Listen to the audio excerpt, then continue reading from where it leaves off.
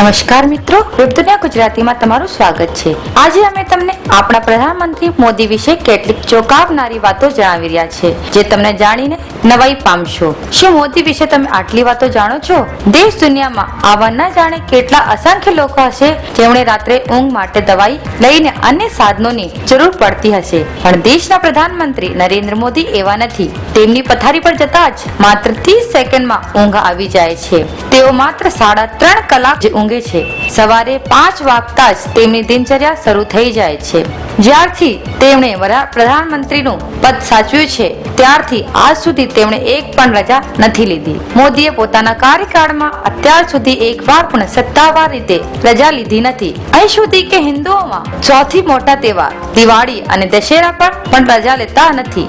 આ વખતે તેઓ વિજયાદશમી પણ લખનૌમાં એક સાર્વજનિક કાર્યક્રમમાં ઉજવી। મોદીને 30 સેકન્ડમાં ઊંઘ આવી જાય છે। મોદીએ એકવાર કહ્યું હતું કે હું જ્યારે મારું બધું કામ પરવાડીને મોડી રાત્રે સુવા માટે પથારી પર જાઉં છું તો મને ફક્ત 30 સેકન્ડમાં ઊંઘ આવી જાય છે, તે પણ બહુ જ ઊંડી। મારા પરિચિત ડોક્ટર્સ મને કહે છે હું ખૂબ ઓછું ઊંઘું છું, મને ઓછામાં ઓછા 5 કલાક ઊંઘ લેવી જોઈએ।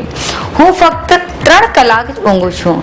અમેરિકી રાષ્ટ્રપતિ બરાક ઓબામા જ્યારે દિલ્હી આવ્યા હતા ત્યારે તેમણે પણ કહ્યું હતું કે તમે ખૂબ ઓછું ઊંઘો છો। સવારે 5 વાગ્યાથી શરૂ થઈ જાય છે મોદીની દિનચર્યા। પ્રધાનમંત્રી મોદીએ કહ્યું કે મારી દિનચર્યા સવારે 5 વાગે શરૂ થઈ જાય છે। ચોક્કસ સમય પર મારી ઊંઘ ખુલી જાય છે।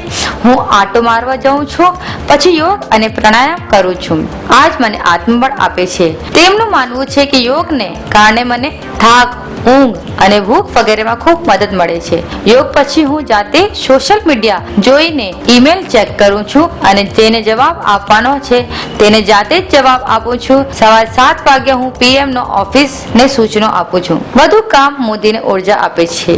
મોદીના નિકટ રહેનારો જગદીશ ઠક્કર કહે છે કે મોદી હંમેશા કામને મહત્વ આપે છે। કામ ઓછું થતા મુશ્કેલી આવે છે, જ્યારે કે વધુ કામ હોય તો તેમને ઉર્જા મળે છે। આ જ કારણે છે કે પ્રધાનમંત્રી મોદીએ ઓફિસ 9 વાગ્યાથી 5 મિનિટ પહેલા જ પહોંચી જાય છે।